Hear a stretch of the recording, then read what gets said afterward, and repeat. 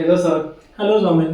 Sir I am loving this session and इससे मेरी financial knowledge बहुत ज़्यादा इंप्रूव हो रही है एंड मुझे इन्वेस्टमेंट्स में काफ़ी कुछ नया सीखने को मिल रहा है।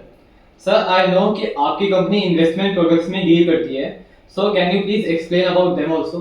वो दैट्स ग्रेट सोमिल कि आपकी फाइनेंशियल लिटरेसी बढ़ रही है and you are gaining a lot out of these sessions. Yes sir. In the last session मैंने आपको पूरा I have explained you about assets, asset classes. Today I will explain you about different investment products. In each asset class there are different financial or investment products, but the underlying principle of asset applies. Correct? अब जैसे for example हमने discuss किया था आपका date में क्या था, simple है कि हमारा कोई बिजनेस रिस्क नहीं है, मैंने आपको लेंड किया स्पेसिफाइड पीरियड के लिए, आप स्पेसिफाइड रेट ऑफ इंटरेस्ट पे स्पेसिफाइड टर्म्स एंड कंडीशंस के साथ आपने मेरे को पैसा वापस कर दिया। So this is debt product. अब इस डेट प्रोडक्ट में ही डिफरेंट इन्वेस्टमेंट प्रोडक्ट्स हैं, ठीक है। डेट एसेट क्लास में डिफरेंट इन्वेस्टमेंट प्रोडक्ट्स हैं। फॉर एग्जांपल आपका बैंक फिक्स्ड डिपॉजिट गारंटेड है, रेट ऑफ इंटरेस्ट मिलता है, एक प्रोडक्ट हो गया। पोस्ट ऑफिस का मंथली इनकम स्कीम दूसरा प्रोडक्ट हो गया इन्वेस्टमेंट। थर्ड जो है एनएससीज, नेशनल सेविंग सर्टिफिकेट्स। फिर कुछ सीनियर सिटीजन्स के लिए गवर्नमेंट ने बनाए हैं like SCSS, senior citizen savings scheme, corporate FDs. तो आपके डिफरेंट प्रोडक्ट्स हैं बट इनका एसेट क्लास सेम है, दैट इज डेट, क्योंकि इसमें हर जगह में गारंटेड मिल रहा है और एक स्पेसिफाइड इंटरेस्ट रेट मिल रहा है, व्हाटएवर इट इज, ठीक है। ऐसे ही let's come to equity. Equity is our second asset class. इसमें अंडरलाइंग प्रिंसिपल क्या है? ओनरशिप है कंपनी, रिस्क, वॉलेटिलिटी।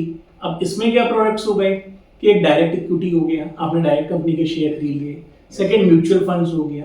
फिर इंश्योरेंस में यूलिप हो गया, unit linked insurance plans. But वही प्रिंसिपल जो है वो उसी एसेट क्लास का, इक्विटी एसेट क्लास का, कि वॉलेटिलिटी है, रिस्क इन्वॉल्व है।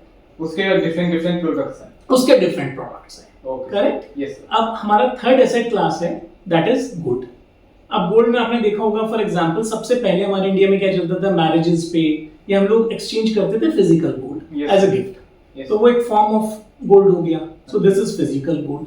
अब डिजिटल गोल्ड भी आ गया, for example sovereign gold bond हो गया, एसजीपी। ये पेपर फॉर्म में आपका गोल्ड है जिस पे गवर्नमेंट आपको एक एग्रीड रेट ऑफ इंटरेस्ट भी पे करती है पर एनम। फिर गोल्ड ईटीएफ्स आ गए, बट इनका जो भी अप्रिसिएशन और डिप्रिसिएशन होगा इन प्रोडक्ट्स में वो सब अंडरलाइनिंग प्रिंसिपल, अंडरलाइनिंग एसेट जो है गोल्ड ही है ब्रॉडली, बट थोड़ा सा वेरिएशन रहेगा। फोर्थ कैश हो गई, हमारा कैश एसेट क्लास है, कैश में आपका करेंसी हो गया।